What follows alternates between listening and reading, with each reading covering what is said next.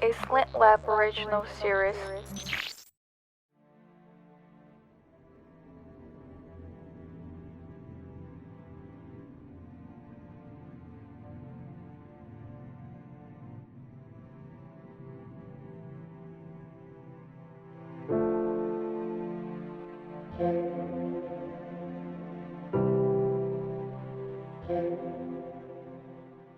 如果谈及1986年，你会想起什么？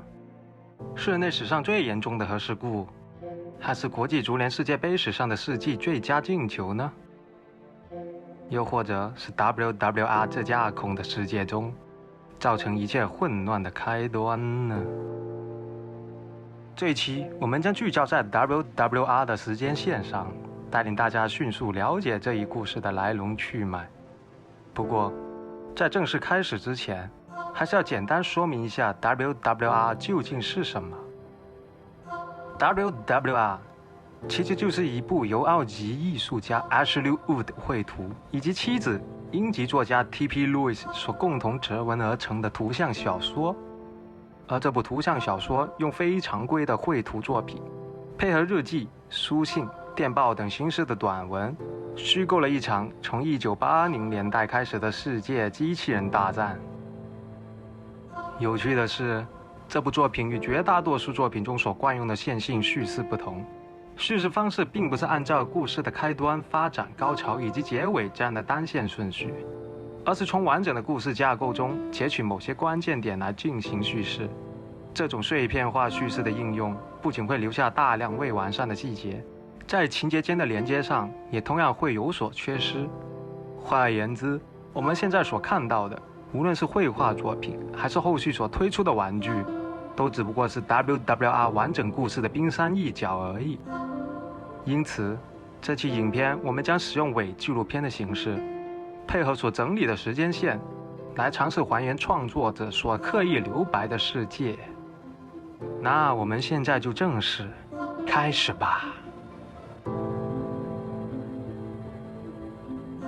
远在19世纪，最初的女双臂诞生，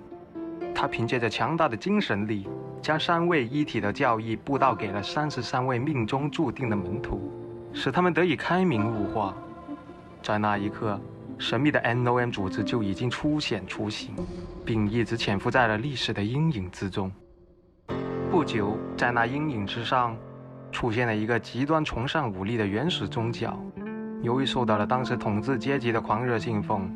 在很短的时间内就迅速发展成了当时最为主流的教派。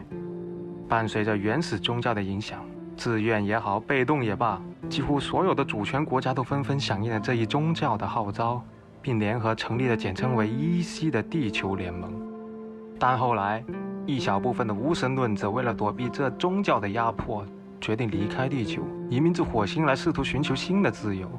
并在日后成为了火星势力，也作为了地球联盟的成员之一，参与到了各项国际事务之中。在经历了一段看似和平的漫长时期，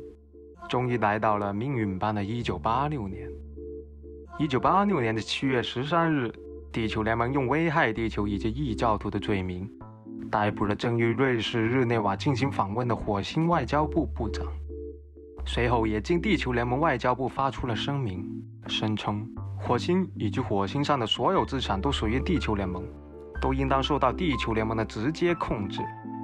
这突如其来的变故使双方关系瞬间跌至冰点，冲突一触即发。同年的9月1日，地球联盟的第一支远征军被派往火星，地球正式向火星宣战，世界机器人大战由此爆发。但与此同时，地球上的部分国家与势力逐渐开始质疑这场战争的必要性，并在没有告知地球联盟的前提下单方面退出了战线。这些国家与势力也因此被地球联盟一并视为了敌对势力，成为了所谓的火星同情者。随后，地球联盟打着征服火星的旗号，向一切反抗的势力开火，而火星势力则连同火星同情者，向一切试图征服他们势力开战，战争全面爆发。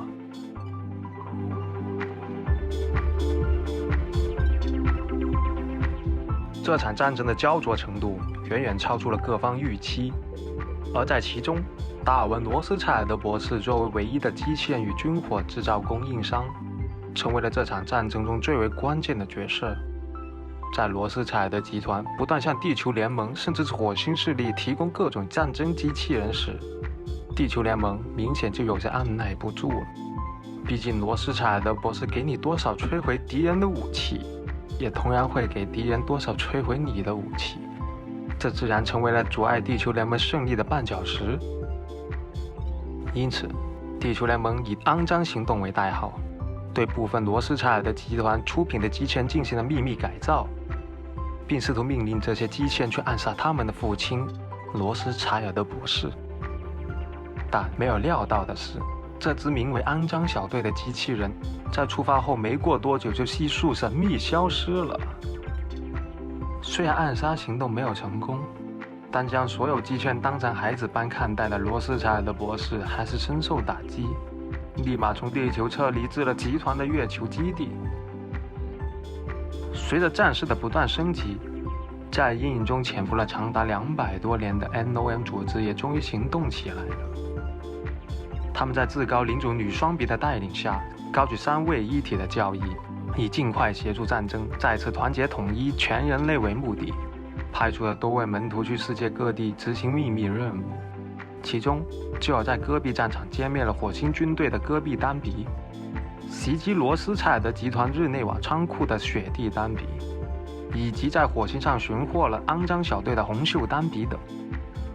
随后某年11月，NOM 组织更是派出了双鼻指挥官，在地球与火星制造大规模的事端。这也象征着 NOM 组织作为地球联盟以及火星势力之外的第三方势力，光明正大地参与到了战争之中。而事实上，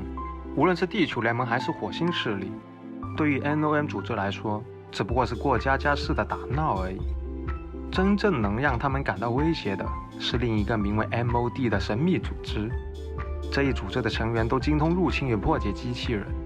并且今天帮地球联盟，明天又帮火星势力，就好像让战争永远持续一样。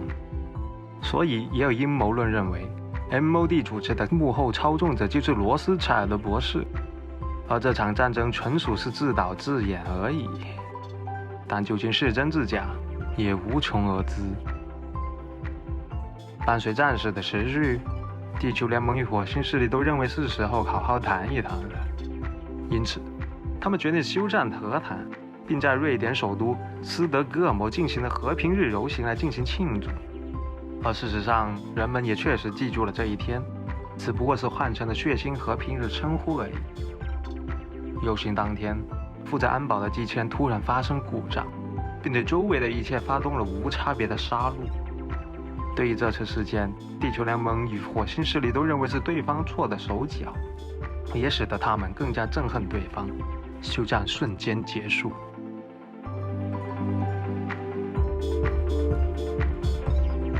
紧接着又是漫长的战争，但实在是太漫长了。地球联盟与火星势力希望能再次休战和谈，但为了防止出现上一次的事故，这次的安保机器人全部进行了升级。然而当天，这些升级过的机器人竟然再度发狂，导致了第二次血腥和平日的发生。这就像历史给人类开了一场满满恶趣味的玩笑。而致力于尽快结束这场战争的 NOM 组织，则开始怀疑这2次的机器人故障与制造商罗斯柴尔德集团有关，于是便派出了一位门徒，秘密渗透到了罗斯柴尔德集团的月球基地中。这位名为宇宙 NOM 的门徒使用了神奇的力量，不仅干扰了月球基地上的防御机器人，还控制他们对这座坚不可摧的堡垒实现了精准且无情的打击。那一天，35岁的罗斯柴尔德博士在这场变故中永远失去了他的右眼与右手。博士被迫逃亡至地球，并在哥伦比亚丛林深处建立起了秘密据点，开始重组自己的武装力量，伺机反击。正当各方以为唯一的机器人与军火制造商受到重创，战争会因此没有了武器而提前结束时，另一家名为 HNS 的集团代替了空缺，成为了新的制造供应商。正如造成战争的永远不是武器，而是背后制造与使用它们的人类。何况能真正威胁到 MOM 组织的 MOD 组织，似乎也和罗斯柴尔德博士有着紧密的联系。因此 MOM 组织中的一位高层公爵4比决定联合地球联盟，招募了名为卑劣9人小队的团队，打算彻底除掉罗斯柴尔德博士。而波斯那方也收到了线报，在哥伦比亚丛林中做好了等待猎物送上门来的准备。不过，关于这场被称为卑劣行动的后续消息，也就在这戛然而止了。但有传闻声称，罗斯柴尔德博士在激烈的冲突中不幸被敌方的机枪砍下了手机。不过，这究竟是真是假，至今依然成谜。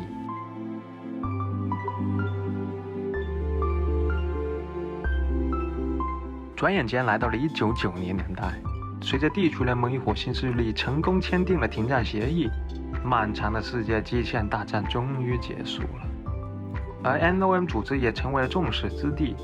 被认为是导致战争的祸源，也逐渐隐秘消散了。5年的停战期间，机器人与太空旅行技术都得到了质的飞跃，人类都逐渐拓展到了太阳系的各处，世界的格局也发生了巨大的改变。而新救人的太阳系总督的并不是别人，正是先前传闻被杀死的罗斯柴尔德博士。而这位博士究竟是真是假，当中又有着怎样的故事，就不得而知了。但不久之后，地球进入了小冰河世纪，各方势力之间又再现冲突，停战协议也随即瓦解。最终，地球联盟与火星势力之间再度爆发战争，导致了第2次世界机器人大战的发生。同时，先前潜伏已久的 MOM 组织为了再次主宰战争，派出了追踪者双皮这位新生代门徒，去窃取地球联盟所有的基地坐标，用于引爆更大的战争。在这冲突之中，到底又有着多少暗流涌动？而接下来，动荡不安的世界局势又将何去何从呢？